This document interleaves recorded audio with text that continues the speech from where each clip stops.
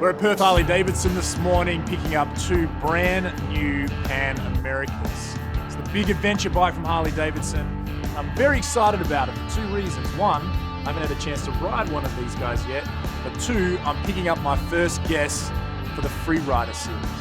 He's a two-time Survivor player, at one point the most eligible bachelor in Australia. He's the most adventurous person I know, and if you don't know who I'm talking about, let's bring him in. My mate, Locky Gilbert. How are you, bro? Good, man. Good. Very excited. Yeah, I hope so. Now, I feel like this bike is basically you personified. It's cute and adventurous. It is very adventurous, and I love adventure, so I am so ready for this. Yeah, man. Well, should we throw a leg over it and get going? Definitely. All right, let's do it.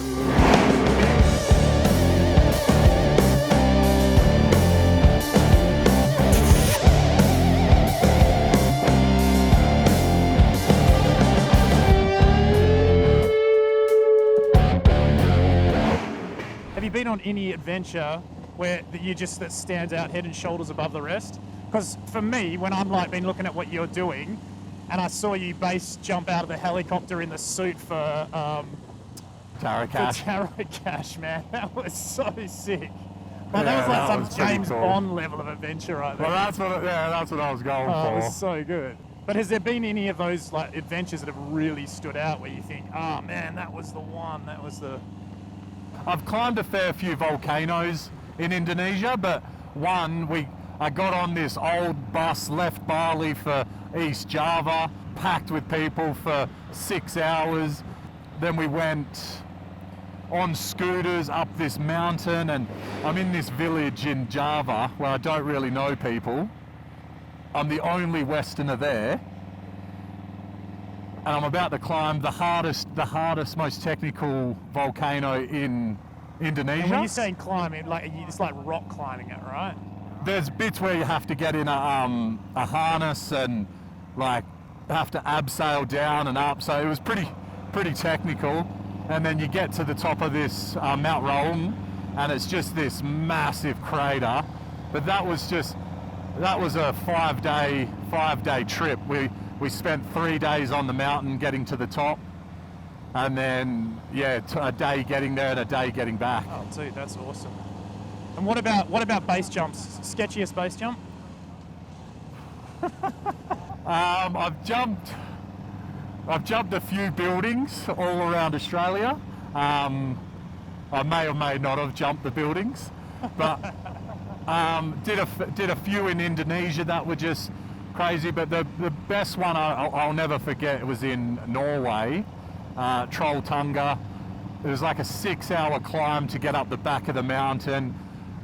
We get up the top. It's in the middle of summer, but we're on top of this Troll Mountain, and we're waiting, and the clouds start rolling in, and then it started bloody snowing. As you're about to base jump? Yeah, we're like sitting on the edge, getting ready to go, and it starts bloody snowing. Do you still go? Well, we had to wait until the bloody snow, so then we geared up and then ended up... You're just basically sitting around in the snowdrift? Yeah, ready to jump off into nothing.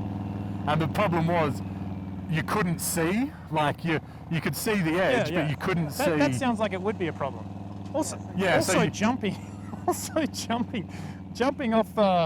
Jumping off that giant cliff also sounds like it would be a problem. Yeah, that bit I'm okay with. So listen, man, I'm starving. Should we drop and grab a bite, grab some brekkie real quick? Yeah, man, definitely. I know this little place up here, Fika on Brick's pretty decent, so maybe we grab some coffee and some food, eh? Yeah, sounds good.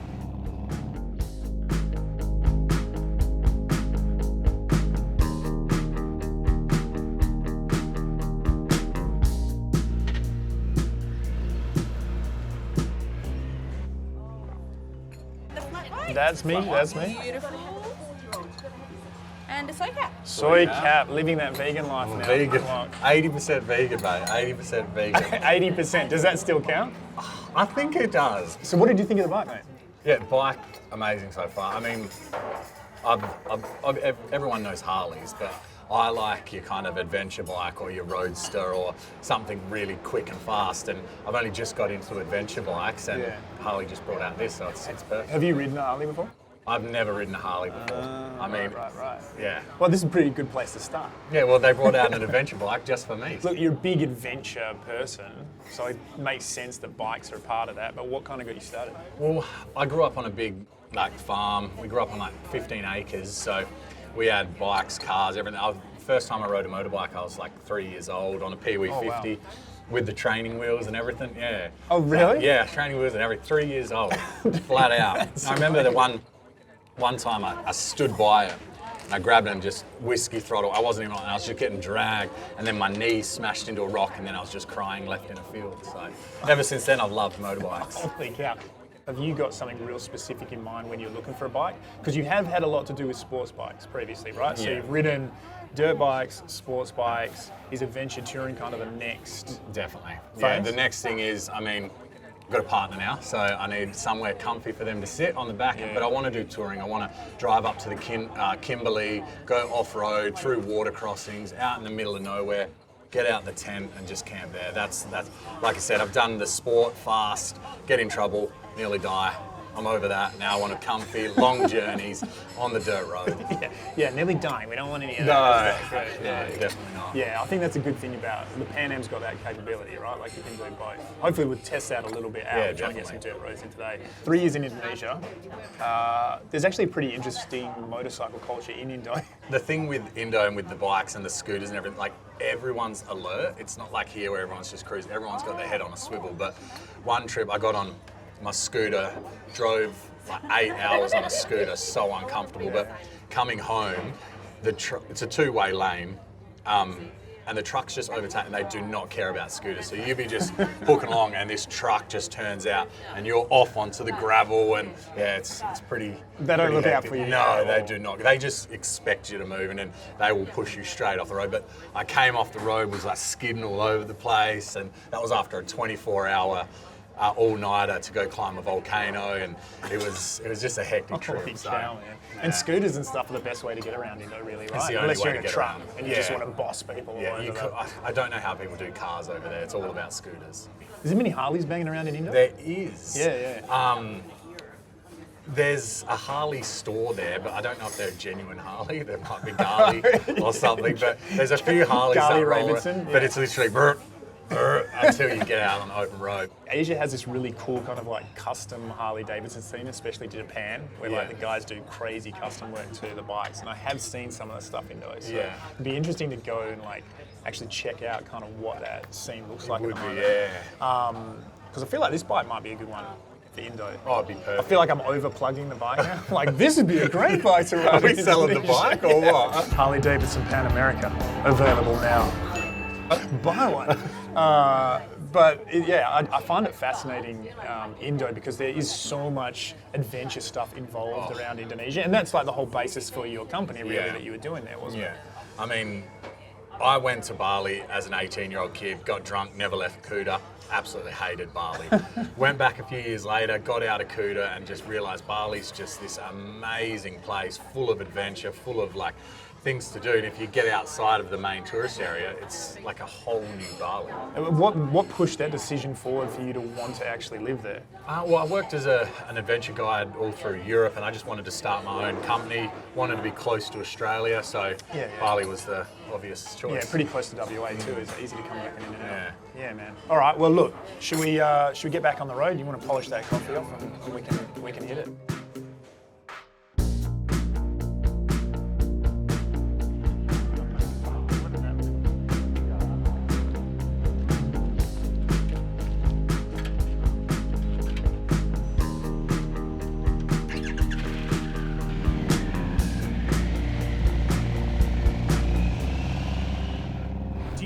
Do you have a bit of a yes doctrine? Are you kind of like someone that is you know what?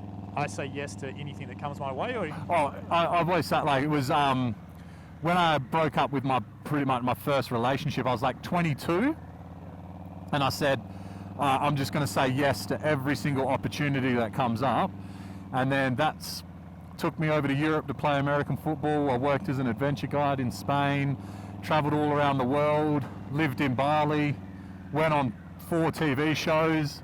I've done done a fair bit by just saying yes to everything. Yeah, it's a pretty interesting concept. What is the mindset when you're base jumping? Like, what are you thinking just before you kind of step off into the abyss?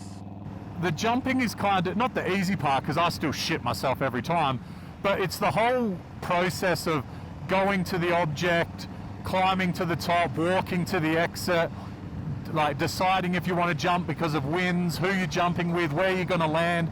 So it's not actually just the jump, it's the whole process of getting to the exit and then getting away.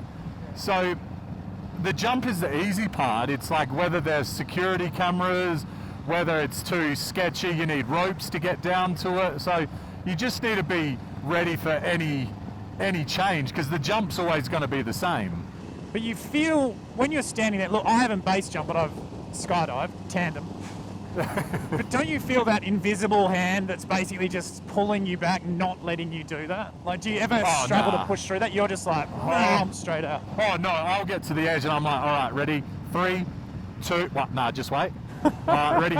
3, 2, nah, just wait. Like, I backed out so many times. So, you know what I find funny is I feel like there's levels to this game because the fact that you're actually even base jumping puts you in the big cojones bracket already. You know what I mean? Well, you're standing on an edge of a cliff, so just standing there is quite scary. Dude, it's crazy, man. It's crazy. How many skydives before you're base jumping? You're meant to have like 150 to 200. I was on the lower end of like below 50. But, I mean, base jumping's just all competency. Like, if you're good with your body and like I did a lot of cliff jumping and that's I'd say cliff jumping is more to do with base jumping than skydiving. Yeah, right, okay. Because it's with skydiving you're jumping straight into wind. Yeah. And with base jumping you're jumping into like neutral wind. Like there's no, you're just a product of gravity. Product of gravity. I like thinking of it like that. That's brutal. Yeah. You used to want to be that product of gravity on the wrong day. Yeah.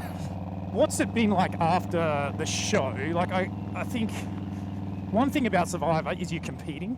You're in competition. Yeah. Oh, this is getting a little bumpy here. So you're in competition, right? So you're not really worried about being judged by the public or what's being seen by the public, etc., etc. But then when you're on a show that's about being in love, and the public is so infatuated with like romance and who's dating who already in the celebrity sphere, is that just a super intense experience coming off? Like on Survivor, no one really cared about your personal life. Yeah. On The Bachelor, that's all they care about. Like they want to know what you're doing, what you're eating, where you are. Like that was the crazy bit that got a bit to get used to. Yeah, man, crazy town. Yeah. For Irena, she had no idea about it. Like, it took a while for her to realise that thousands of people were interested in what she's doing. Yeah. And they still are, right? I mean, she's got a large social media following. People are still kind of like to keep up whether you guys are together. Was there heaps of pressure on the relationship in a way to stay together?